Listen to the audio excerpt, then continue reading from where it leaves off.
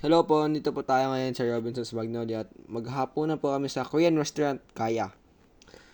Siyempre, pagpasok ko po ay madami magagandang designs at yung mga lamesa ay sobrang linis. Tingnan mo naman, kinuskus ko pa ito ding lamesa namin namang sobrang team talaga sa Koreano. Yung upuan din nila, pang Koreano din no.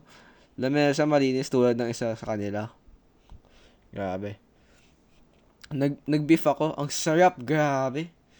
Tapos, mayroon din silang affordable na only iced tea, oh. Mahilig pa naman ako dyan. N- Grabe, ang sarap. Hinugop ko pa, oh. Hinigop ko pa, inubos ko pa talaga.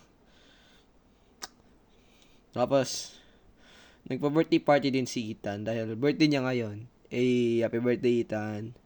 Ito yung shots ng after kainan. Ang formal ng suot ng waiter at mabilis din service nila. Hindi kailangan maghintay ng ganong katagal sa pagkain. Siguro kapag i-rate ko yung restaurant, 8 out of 10 yung designs, 7 out of 10 yung pagkain.